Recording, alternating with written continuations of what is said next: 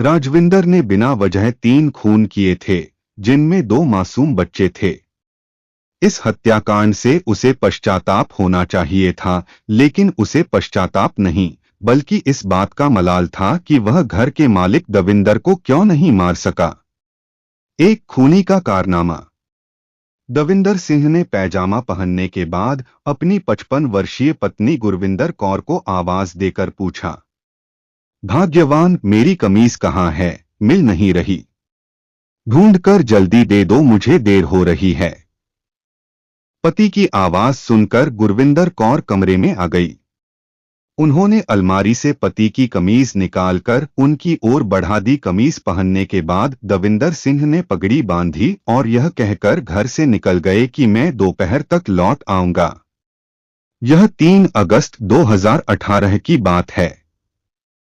लुधियाना के किशोर नगर के रहने वाले दविंदर सिंह गुरुद्वारे में ग्रंथी थे। उस दिन उन्हें किदवई नगर स्थित गुरुद्वारा साहब में पाठ करने जाना था। गुरुद्वारा साहब में श्री गुरु ग्रंथ साहिब का अखंड पाठ चल रहा था। गुरुद्वारा साहब में पाठ करने वाले ग्रंथी की हर 3 से 3 घंटे के अंतराल पर ड्यूटी बदलती थी। अपनी ड्यूटी खत्म करके वह घर के लिए रवाना हुए और करीब 2:30 बजे अपने घर पहुंचे। जब वह घर पहुंचे तब उनके घर के मुख्य दरवाजे पर ताला लगा हुआ था। उन्होंने सोचा कि शायद उनकी पत्नी गुरविंदर घर का कोई सामान लेने या अपने दोहता दोहती को कुछ दिलवाने दुकान पर गई होगी। यह सोचकर वह घर के बाहर बैठकर इंतजार करने लगे। काफी देर तक इंतजार करने के बाद भी पत्नी नहीं आई तो वह सोच में पड़ गए कि इतनी देर हो गई, गुरविंदर और बच्चे कहाँ चले गए। इस बीच वह बार बार पत्नी के मोबाइल पर फोन भी मिलाते रहे, पर हर बार फोन स्विच्ड ऑफ ही मिला। गर्मियों की तपती दोपहर में गली में बैठकर इंतजार करते हुए उन्हें 1 घंटे से ज्यादा बीत गया तो उन्होंने अपनी जगह से उठकर पड़ोसियों से गुरविंदर और बच्चों के बारे में पूछा। गुरविंदर को अचानक जरूरी काम से कहीं जाना होता था तो वह घर की चाबी किसी पड़ोसी को दे जाती थी, पर आज उसने ऐसा नहीं किया था। किसी भी पड़ोसी को गुरविंदर के बारे में कोई जानकारी नहीं थी। दविंदर सिंह के मन में बार बार यह प्रश्न उठ रहा था कि आखिर गुरविंदर गई तो गई कहां। उन्हें वहां इंतजार करते हुए 1.5 घंटा हो गया था। अंत में हार कर उन्होंने अपने बेटे मनप्रीत को फोन करके जानकारी दी। मनप्रीत घर के पास ही किसी फैक्ट्री में काम करता था। अपने पिता का फोन सुनते ही वह दौड़ा चला आया था। उसने आकर 33 फुटा रोड पर रहने वाली अपनी बहन सोनम को फोन करके पूछा कि क्या मां उनके घर पर हैं। सोनम ने बताया कि मां और बच्चे यहां नहीं हैं। अब और कोई चारा नहीं बचा था सो मनप्रीत ने किसी से हथौड़ा लेकर घर के दरवाजे पर लगा ताला तोड़ा और बाप बेटे घर के अंदर घुसे। बाप बेटे दोनों ऊपरी मंजिल पर चले गए। मनप्रीत ने पिता को खाना परोस दिया। खाना खाते समय भी दोनों के दिमाग में एक ही बात चल रही थी कि गुरविंदर और बच्चे कहां चले गए। इस बीच उन्हें मकान की छत से अपने कुत्ते के भौंकने की आवाजें सुनाई दी। मनप्रीत ने ऊपर जाकर देखा तो कुत्ता छत पर बंधा हुआ था। उसकी समझ में नहीं आया कि कुत्ते को छत पर किसने बांधा। बहरहाल कुत्ते को खोलकर वह नीचे ले आया। इस बीच उसकी दोनों बहनें सोनम और नीरू भी वहां पहुंच गई थीं। वे भी मां के इस तरह बिना बताए कहीं चले जाने पर हैरान थीं। उसी दौरान सोनम नीचे वाले कमरे में आई। दरअसल नीचे वाले पोर्शन में अंधेरा रहता था। उसे उन्होंने गोदाम बना रखा था, इसलिए सारा परिवार ऊपर ही रहता था। दविंदर सिंह पाठ करने के साथ शादी ब्याह में गद्दे सप्लाई का काम भी करते थे। नीचे वाले पोर्शन को उन्होंने गद्दों का गोदाम बना रखा था। सोनम जब नीचे आई तो उसने फैमिली डिस्प्यूट गद्दे वाले कमरे में खून फैला देखा। घबरा कर उसने अपनी बहन नीरू को आवाज दी और खून साफ करने के लिए पोंछा उठा लाई।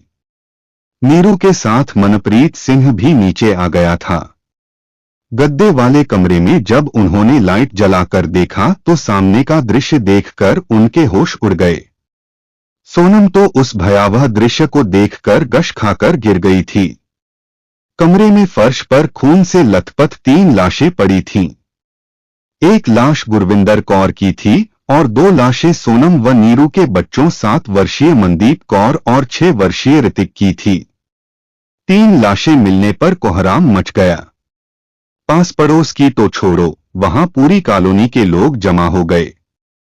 रोने और चीखने की आवाजों से पूरी कॉलोनी कांप उठी थी। इस बीच किसी ने पुलिस कंट्रोल रूम को भी इस घटना की सूचना दे दी थी। शहर के भीड़भाड़ वाले व्यस्त इलाके में दिनदहाड़े घर में घुसकर एक ही परिवार के 3 से 3 लोगों की हत्या करने की बात सुनकर पुलिस महकमे में भी हड़कंप मच गया था। लुधियाना पुलिस कमिश्नर डा Sukhchain Singh Gill, ADCP 4 Rajveer Singh Boparai, ADCP crime Ratan Singh, CIA in charge Rajesh Sharma, थाना डिवीजन नंबर 7 के प्रभारी व अन्य कई थानों के थाना प्रभारी क्राइम इन्वेस्टिगेशन टीम के साथ जल्दी ही मौका वारदात पर पहुंच गए। पुलिस ने वहां पहुंचते ही उस पूरे क्षेत्र को अपने कब्जे में ले लिया। लाशों को देखकर ऐसा लगा जैसे हत्याएं किसी भारी चीज से वार करके की गई थीं। तलाश करने पर एक कमरे से खून सना हथौड़ा बरामद हुआ। प्रारंभिक छानबीन में वारदात का मकसद लूटपाट दिखाई दे रहा था, क्योंकि घर के एक कमरे में अलमारी खुली हुई थी। दविंदर सिंह ने बताया कि इसमें रखे करीब 40,000 रुपए और सोने के जेवरात गायब हैं। डॉग स्क्वायर की मदद ली गई, लेकिन कोई लाभ नहीं हुआ। जांच टीम को हथौड़े के अलावा वहां से कुछ फिंगरप्रिंट भी मिले। बहरहाल पुलिस ने मौके की कार्रवाई करके तीनों लाशें पोस्टमार्टम के लिए सिविल अस्पताल भेज दी और अज्ञात लोगों के खिलाफ हत्या का मुकदमा दर्ज कर लिया। तफ्तीश के पहले चरण में पुलिस ने मृतकों के परिजनों और गली मोहल्ले वालों से पूछताछ की। इस पूछताछ से पता चला कि दविंदर सिंह के परिवार में पत्नी गुरविंदर कौर के अलावा 3 बेटियां और एक अविवाहित बेटा मनप्रीत सिंह है। तीनों बेटियों की शादी कर चुके थे। उनकी एक बेटी सोनम 33 फुटा रोड पर किराए के मकान में अपनी 7 वर्षीय बेटी मनदीप कौर के साथ रहती थी। उसका अपने पति से तलाक का मुकदमा चल रहा था। उसकी दूसरी बेटी नीरू की शादी पटियाला के तरुण नामक युवक से हुई थी। पिछले कुछ महीनों से तरुण का काम बंद हो गया था, इसलिए पिछले 2.5 महीनों से वह अपने पति और 6 वर्षीय बेटे ऋतिक के साथ मायके में रह रही थी। ससुराल में रहते हुए तरुण ने लॉटरी बेचने का काम शुरू कर दिया था। तीसरी शादीशुदा बेटी अंबाला में अपने पति के साथ रहती थी। सोनम की बेटी मनदीप और नीरू का बेटा ऋतिक चंडीगढ़ पब्लिक स्कूल में पढ़ते थे। ऋतिक का दाखिला इस घटना से मात्र 10 दिन पहले ही करवाया गया था। स्कूल की छुट्टी के बाद रिक्शे वाला दोनों बच्चों को दोपहर करीब 1:30 बजे गुरविंदर कौर के घर छोड़ जाता था। दोनों बच्चे दिन भर नानी के पास रहते थे। शाम को सोनम मां के घर आकर अपनी बेटी मनदीप को साथ ले जाती थी। पुलिस को यह भी पता चला कि सबसे पहले सुबह 8 बजे दोनों बच्चे स्कूल जाते थे। उनके बाद 10 बजे तक गुरविंदर का बेटा मनप्रीत और दामाद तरुण अपने अपने काम पर चले जाते थे। उनके बाद दविंदर सिंह गुरुद्वारे जाते थे। चूंकि सोनम पास में ही रहती थी, इसलिए घर का काम निपटाकर नीरू अपनी बहन सोनम के घर चली जाया करती थी। गुरविंदर कौर दिन भर घर में अकेली ही रहा करती थी। पूछताछ में यह बात भी पता चली कि गुरविंदर के मामा का लड़का राजविंदर पिछले 2 सालों से उनके घर पर रह रहा था। राजविंदर किसी से भी कोई वास्ता नहीं रखता था। वह गुरविंदर कौर और उसके पारिवारिक सदस्यों के संपर्क में ही था। राजविंदर सिंह पिछले 9 महीनों से किराए के मकान में रहने लगा था। उसे घर की हर चीज के बारे में पूरी खबर थी कि कौन सी चीज कहाँ रखी है। उसने कमरा किराए पर जरूर ले लिया था, लेकिन दिन भर वह गुरविंदर के घर पर ही रहता था। दविंदर के बेटे बेटियों ने उसके वहां रहने पर ऐतराज भी जताया था, पर गुरविंदर कौर ने सबको यह कहकर चुप करा दिया था कि वह उसका फैमिली डिस्प्यूट भाई है और गरीब भी है। अगर वह यहाँ 2 वक्त की रोटी खा लेता है तो कोई हर्ज नहीं। इस हत्याकांड के बाद से राजविंदर फरार था। पुलिस ने उसके भाई से पूछताछ की तो उसने बताया कि उसे राजविंदर से मिले हुए करीब 15 साल हो चुके हैं। उसका अपने भाई से कोई वास्ता नहीं है। इतना ही नहीं, राजविंदर अपने किसी रिश्तेदार के संपर्क में भी नहीं था। करीब 17 साल से वह अपने भाई और घर वालों से भी नहीं मिला था। राजविंदर के बारे में उसके भाई ने बताया कि वह शुरू से ही काफी कम बोलता था, जिसकी वजह से यह पता नहीं चलता था कि उसके दिमाग में क्या चल रहा है। गुरविंदर कौर या उसके पारिवारिक सदस्यों को भी राजविंदर के बारे में ज्यादा जानकारी नहीं थी।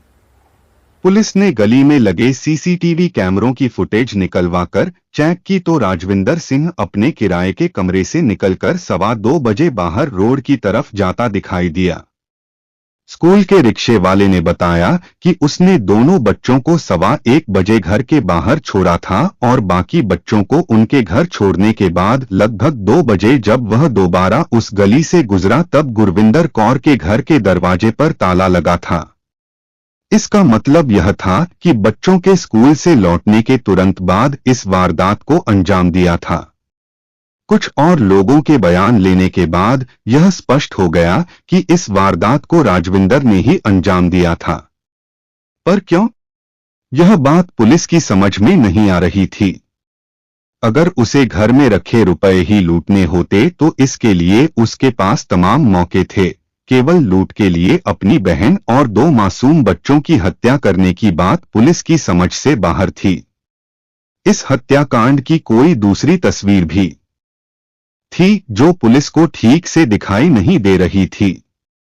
बहरहाल पुलिस ने राजविंदर के कमरे का ताला तोड़कर वहां की तलाशी ली। पुलिस को किराए के कमरे से राजविंदर के खून से लथपथ कपड़े मिले।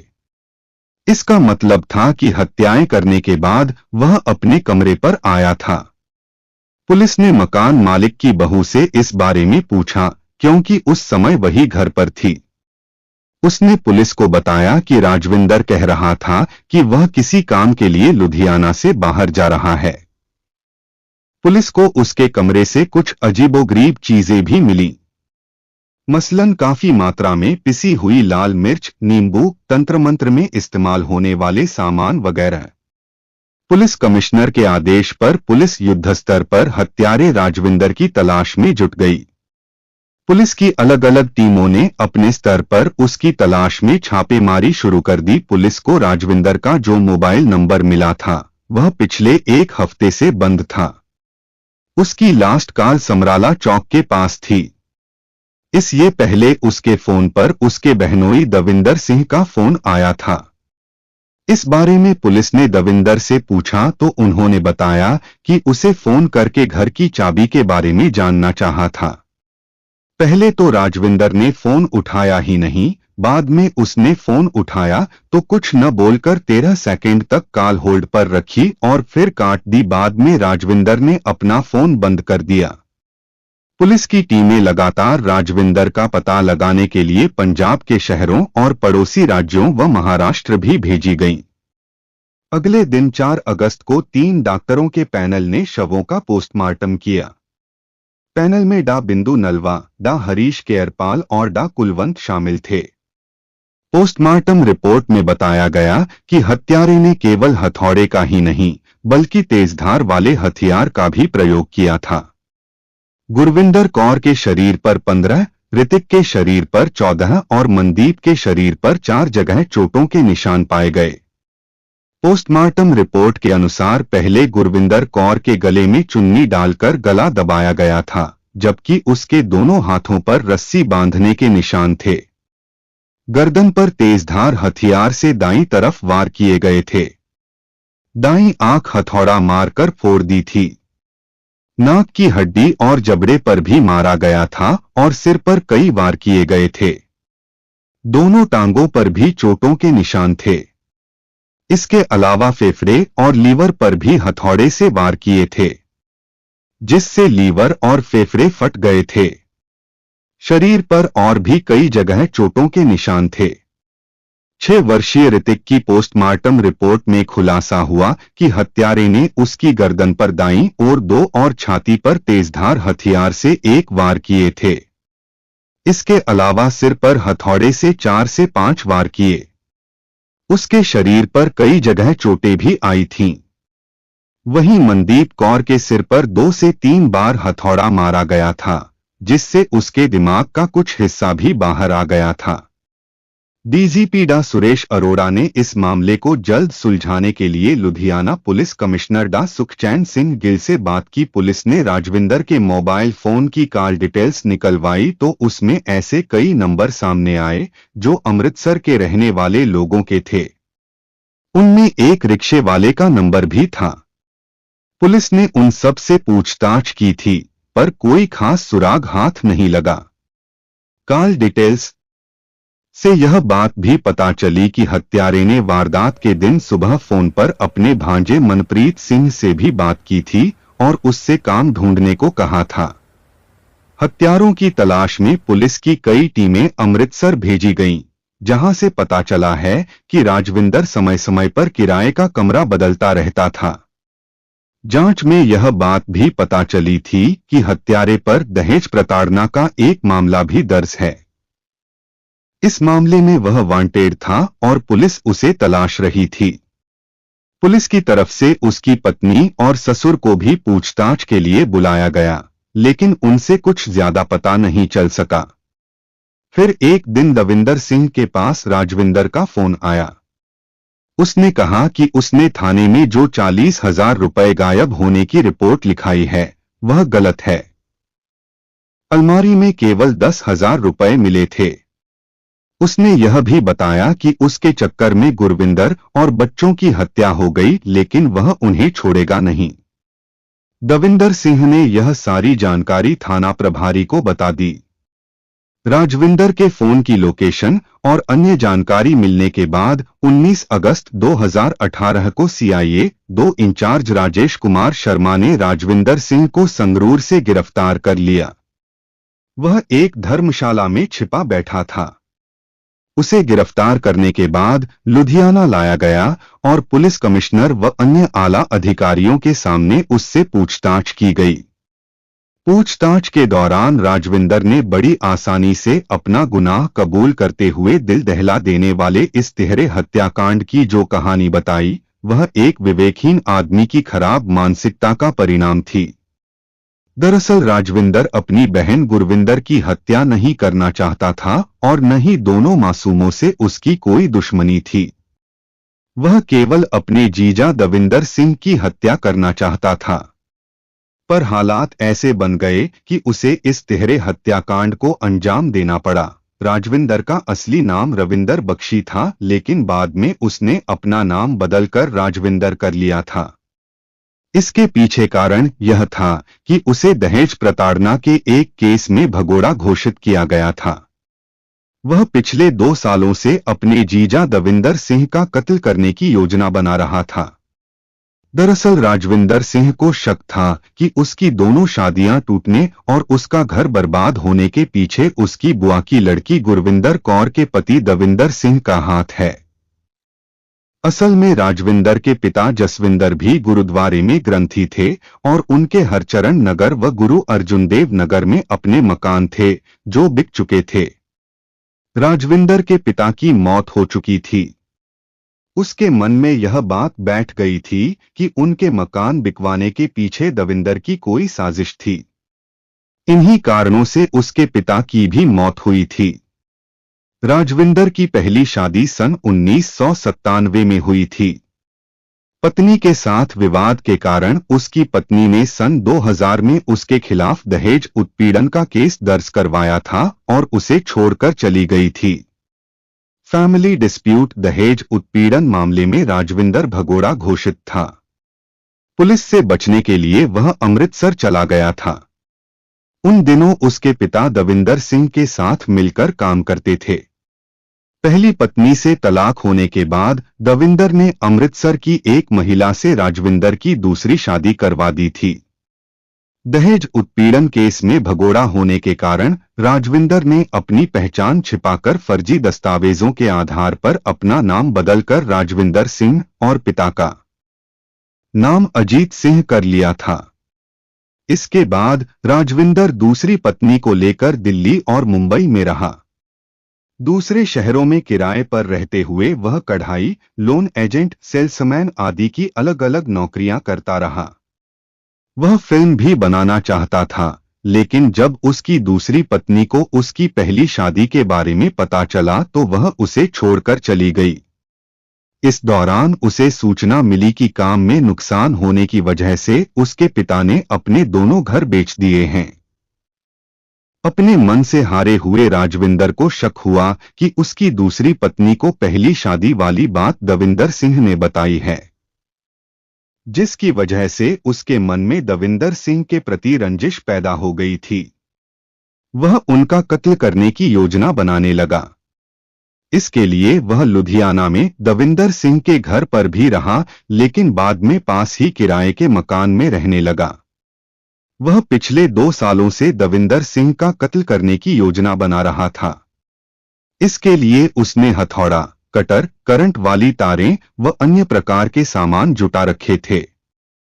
पिछले कुछ महीनों में वह कई बार दविंदर सिंह को मारने के लिए अपने हथियार छिपाकर भी ले गया था, लेकिन उसे मौका नहीं मिल सका। इस दौरान राजविंदर को उसके मकान मालिक ने घर खाली करने के लिए चेतावनी दे दी थी, क्योंकि उसने कई महीनों से उसका किराया नहीं दिया था। जिसके बाद रविंदर ने अब और देर करना उचित नहीं समझा। उसने वारदात को जल्दी अंजाम देने का पक्का मन बना लिया था। वारदात वाले दिन उसे पता चला कि दविंदर सिंह घर पर ही मौजूद है। अपने साथ हथौड़ा लेकर वह उनके घर चला गया, लेकिन दविंदर सिंह उसके आने से पहले ही किदवई नगर गुरुद्वारे चले गए थे। दविंदर सिंह को घर में न पाकर रविंदर का खून खौल उठा। वह ऊपरी मंजिल पर चला गया और वहां मौजूद गुरविंदर कौर के सिर पर पीछे से हथौड़े का एक भरपूर वार कर दिया। हथौड़े का वार इतना शक्तिशाली था कि एक ही वार से गुरविंदर कौर चारों खाने चित्त होकर वहीं गिर गईं। गुरविंदर की हत्या करने के बाद वह वहीं बैठकर दविंदर सिंह के आने का इंतजार करने लगा। वह मन ही मन तय करके आया था कि आज अपनी बर्बादी के कारण दविंदर सिंह की हत्या करके ही वहां से जाएगा। इस बीच गुरविंदर कौर को दोबारा खड़े होने का प्रयास करता देखकर वह उन्हें घसीटकर नीचे ले आया और फिर से उन पर हथौड़े से वार किए। गुरविंदर कौर का काम तमाम करने के बाद उसने ऊपरी मंजिल से सारा खून साफ कर दिया। इसके बाद वह नीचे आकर बैठ गया। इसी बीच बच्चों में पहले ऋतिक और बाद में मनदीप कौर स्कूल से घर आए, जिन्होंने वहां पर खून देखकर पूछा, नाना जी यह किसका खून है और नानी कहाँ हैं? इतना पूछने के बाद दोनों बच्चे नानी को देखने के लिए ऊपर जाने लगे तो रविंदर उर्फ राजविंदर ने पहले ऋतिक और फिर मनदीप की हथौड़े और कटर से निर्मम हत्या कर दी। फिर उसने अलमारी में रखे 10,000 रुपए निकाल लिए। तीनों हत्याएं किए हुए जब कुछ देर बीत गई और दविंदर फिर भी नहीं लौटे तो पकड़े जाने के डर से वह घर के बाहर ताला लगाकर वहां से फरार हो गया। गुरविंदर के घर से निकलने के बाद वह अपने कमरे पर गया और हाथ मुंह धोकर खून आदि साफ करने के बाद कपड़े बदल लिए। फिर वह वहां से चला गया। राजविंदर पहले माछीवाड़ा गया, उसके बाद अमृतसर चला गया। अमृतसर में 2 दिन तक धर्मशाला में रहने के बाद वह राजस्थान स्थित हनुमानगढ़ चला गया। हनुमानगढ़ से वह संगरूर आ गया और एक धर्मशाला में रहने लगा। उसने समाचार पत्रों में अपनी फोटो भी देख ली थी। चूंकि उसका टारगेट दविंदर सिंह थे और उसके मन में यह बात बैठी हुई थी कि दविंदर सिंह बच गए हैं, इसलिए उसने किसी अन्य आदमी के फोन से दविंदर सिंह को फोन कर जान से मारने की धमकी दी और यह भी बताया कि उनके घर से मात्र 10,000 रुपए मिले थे। 40,000 की बात झूठी है। दविंदर सिंह ने इस फोन के बारे में पुलिस को बताकर राजविंदर के खिलाफ धमकी देने की एक रिपोर्ट भी दर्ज करवाई थी। इसी फोन की लोकेशन को ट्रेस करते हुए सीआईए की टीम ने आरोपी को संगरूर की एक धर्मशाला में जाकर धर दबोचा। राजविंदर ने मौके से कुछ नकदी भी उठाई थी, जिसके बारे में वेरीफाई करने के अलावा वारदात में प्रयुक्त हथौड़ा बरामद कर लिया। बाकी के हथियार बरामद करने के लिए पुलिस ने उसे अदालत में पेश कर 2 दिनों के पुलिस रिमांड पर ले लिया। रिमांड के दौरान राजविंदर उर्फ रविंदर की निशानदेही पर हत्या में इस्तेमाल हुए कटर और छुरी भी बरामद कर ली। रिमांड अवधि समाप्त होने के बाद 21 अगस्त 2018 को राजविंदर को पुंछ अदालत में पेश किया गया, जहां से उसे जिला जेल भेज दिया गया। तो दोस्तों, यह थी आज की पूरी कहानी। अब कहानी के बारे में आपकी क्या राय है, कमेंट करके जरूर बताएं। क्योंकि मेरा चैनल अभी नया है, इसलिए सहयोग जरूर बनाए रखें। तो चलिए दोस्तों, आज के लिए इतना ही। कल फिर मिलते हैं एक नई क्राइम की कहानी के साथ। तब तक के लिए जय हिंद दोस्तों, जय भारत।